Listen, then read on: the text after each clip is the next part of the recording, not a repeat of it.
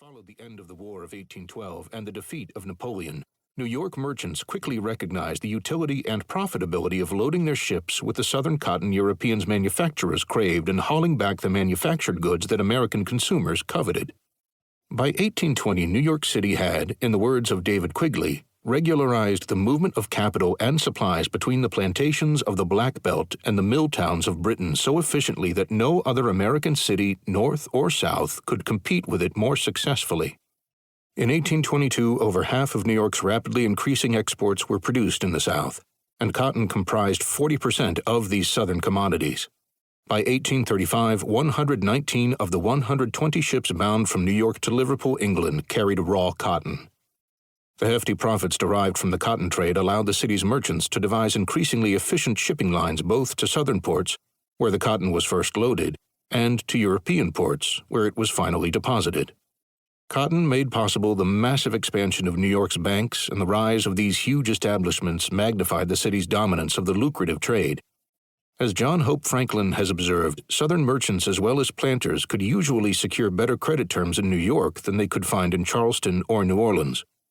Gotham could offer its clients 6 months of credit interest-free and another 6 months of credit at low interest rates. Smaller Southern banks with much smaller resources were in no position to compete with their larger New York rivals. Quigley has observed that the years in which New Orleans led Gotham in cotton exports were exceptions that affirmed New York's dominance, as New Orleans traders employed New York ships and relied upon New York banks for credit. Anne Wagner had presciently foreseen in 1818 that Gotham would become the center of what she called a new world, and it was one upon which the antebellum plantation South would find itself increasingly dependent.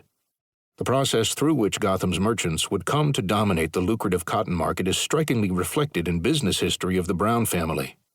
Family patriarch Alexander Brown was a Scotch-Irish immigrant who by 1800 owned a thriving linen business in Baltimore. But Alexander was an acute enough businessman to look beyond linen and appreciate both the money-making potential of the just developing and rapidly expanding trade in cotton and the centrality of New York City to that trade. In 1825, he dispatched his son James to Manhattan and his son William to Liverpool with the aim of furthering the interest of Messrs. Williams and James Brown and Company of Liverpool, and of affording greater facility and the choice of markets to our Southern friends who are disposed to give us their business. Within a few years, Brown and Company, anchored by siblings in both New York and Liverpool, had established itself among the largest cotton traders in the English market. Brown Brothers achieved its dominance by offering Southern planters a variety of services that could not be matched by local traders. The firm provided planters and factors cash advances on future crops. It arranged shipping to Liverpool and provided insurance on the cotton while in transit. It sold large quantities on commission, and through its local agents in New Orleans, Mobile, Savannah, and Charleston, it offered credit at relatively low interest as well as currency exchange for its clients. By the flush years of the 1830s, Brown Brothers was accruing profits of over $400,000 a year, enough to buy 13 100-foot yachts or 1,300 carriages for Alexander's numerous progeny. In 1838, James Brown could boast of handling 178,000 bales of cotton, 16% of his country's total exports to the United Kingdom.